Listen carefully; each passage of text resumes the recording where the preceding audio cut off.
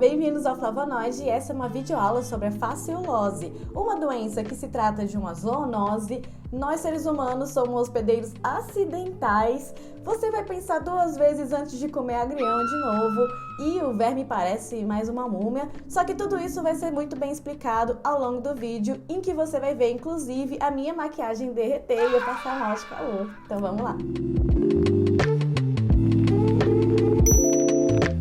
A fasciolose é causada por duas espécies de parasito, a Fasciola hepática e a Fasciola gigântica, só que aqui nas Américas a gente só tem a Fasciola hepática, então eu vou focar nela durante esse vídeo. E a fasciolose é considerada uma zoonose porque esse verme adora parasitar vesículas e ductos biliares de mamíferos, principalmente ovinos e bovinos. E ainda, no meio desse ciclo vai entrar o molusco, que vai ser o hospedeiro intermediário, e a gente acidentalmente. A fasciolose, gente, ela é encontrada em todos os continentes do mundo. Tipo assim, se você encontra animais contaminados, muito provavelmente você também tem seres humanos. Estima-se que existam 2,4 milhões de pessoas com fasciolose no mundo. É verdade que a fasciolose não é um problema de saúde pública gigantesco que nem é em outros países, principalmente aqui na América do Sul, como na Bolívia. Mas ela ocorre aqui, principalmente nas regiões sul e sudeste. Então, por também não ser uma doença de notificação compulsória, ou seja, se alguém é diagnosticado com isso, não necessariamente o governo vai saber contabilizar essa pessoa, os dados que a gente tem hoje são basicamente de estudos científicos que fizeram esse levantamento e um cálculo aproximado. Até 2018, o que a gente tinha realmente registrado nesses estudos eram pouco mais de 60 casos. E aí, o que os pesquisadores falam é exatamente isso. Como não é de notificação compulsória, provavelmente esses dados estão subnotificados e deve ter muito mais gente com fasciolose por aí, até porque tem regiões no Brasil que você tem 25% de animais contaminados com o parasito. Na sua prova prática, provavelmente só vai cair a forma adulta do verme, então a gente vai focar nela na morfologia. Esse verme tem mais ou menos, então, ali 3 centímetros por 1,5 de largura, tem uma cor pardo acinzentada e um formato foliáceo, que remete à folha, né? Pode ser, mas na minha visão, parece que é uma múmia. Não parece que tá assim?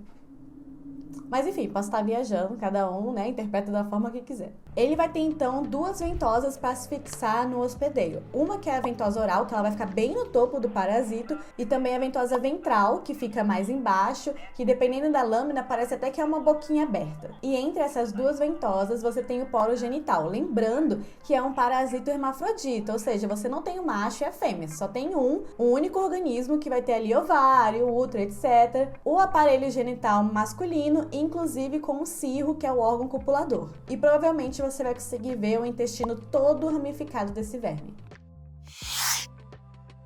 Vamos para o ciclo para você entender onde o ser humano vai se meter aí. Começando por um hospedeiro definitivo contaminado com o verme adulto. Esses vermes adultos vão estar principalmente nas vesículas e ductos biliares mais calibrosos. E lá vão colocar os seus ovos, que com a ajuda da bile vão chegar até o intestino e vão ser excretados pelas fezes. Se esses ovos encontrarem condições ideais de temperatura e umidade, eles vão se desenvolver para miracídio, que consegue resistir até uns 9 meses ali no meio ambiente, a não ser que a coisa esteja muito ruim para ele, as condições estejam meio estranhas, aí ele vive bem menos. E olha que coisa incrível, o miracídio, quando ele é estimulado pela luz solar e pelo contato com a água, ele vai sair do ovo e, através de sinais químicos que o molusco vai deixar ali naquele local aquático, ele vai se guiando até o molusco. Lembrando, gente, que eu não sei se vocês perceberam, mas miracídio basicamente significa larva ciliada. Então ele vai usar os seus cílios para ir nadando até ali o molusco. Esses moluscos só aguentam ser parasitados ali entre 3 a 5 miracídios, o que pode parecer muito pouco, mas lembre-se que cada miracídio pode dar origem até 4.000 cercárias, que é a próxima fase evolutiva que a gente vai ver. Então é muita coisa. Dentro do molusco, esses miracídios vão evoluir primeiro para esporocistos,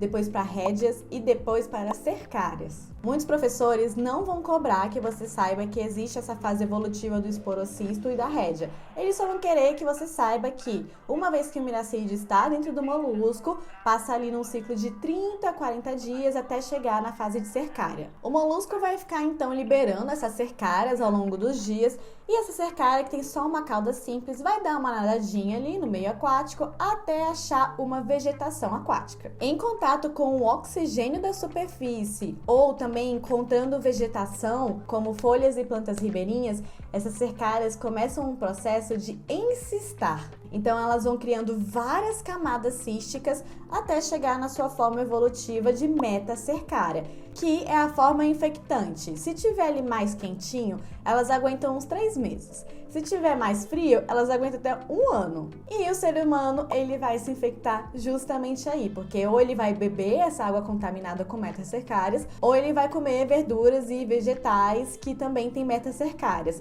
Principalmente isso acontece com o agrião. Dentro de nós ou de outro hospedeiro vertebrado, essas metacercárias vão sair do cisto. Lá no intestino delgado, vão atravessar a parede do intestino e vão parar no parênquima hepático. Ou seja, você tem aí a fase aguda da doença. Acontece que depois de uns 2 meses, esse parasito pode sair lá do seu parênquima hepático e ir para os seus ductos biliares. Aí a gente tem a fase crônica da doença. E aí vão ser nesses ductos que finalmente o parasito vai chegar na sua forma adulta e vai começar a colocar os seus ovos. Os sinais e sintomas, na sua maioria, estão relacionados com o processo inflamatório gerado pelo parasito lá no nosso fígado e também nos ductos biliares. Quando o parasito faz essa viagem lá do parênquima hepático para os ductos biliares, ele acaba lesionando o tecido e esse tecido acaba sendo substituído por tecido fibroso. Nessa fase aguda, então, o paciente pode manifestar dor abdominal, febre, vômito, diarreia, hepatomegalia, eosinofilia, leucocitose, alterações das enzimas hepáticas, entre outros. Além disso, a forma adulta nos ductos biliares tem uns espinhos na cutícula e obviamente que isso vai machucar o endotélio e causar ulcerações, o que vai de novo formar mais tecido fibroso e que vai acabar atrapalhando o fluxo biliar, e aí pode levar você a ter uma cirrose, insuficiência hepática, dor, emagrecimento, entre outros. Mas fica atento que muita gente chega no estágio crônico e continua sendo assintomático.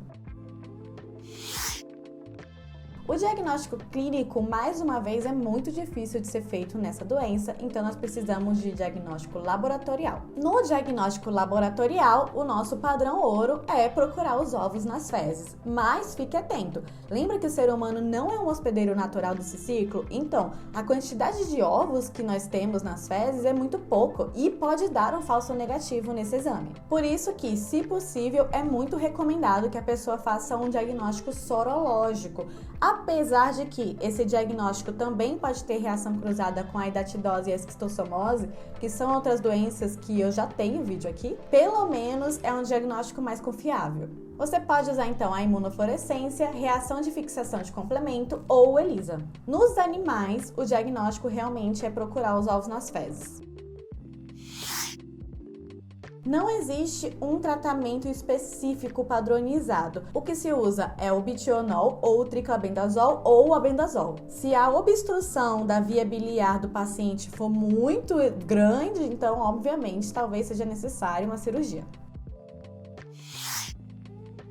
Para evitar a contaminação, o que a gente pode fazer é o controle dos moluscos, tentar evitar a ingestão de água sem tratamento e também tentar evitar a ingestão de verduras tipo agrião ou alface, que você não sabe muito bem a origem ou no meio silvestre. E evitar comer agrião de plantações de locais que se sabe que tem, né, esse verme. Então é isso, gente. Eu já tô completamente derretida. Espero que vocês tenham gostado. Se sim, dá o like no vídeo, se inscreve no canal. Lembre-se que lá na lojinha do Flavonoide eu tenho vários mapas mentais para te ajudar. Talvez, quando você estiver assistindo isso, já tenha o da fasciolose. E também temos o nosso Instagram e o TikTok com muito mais conteúdo.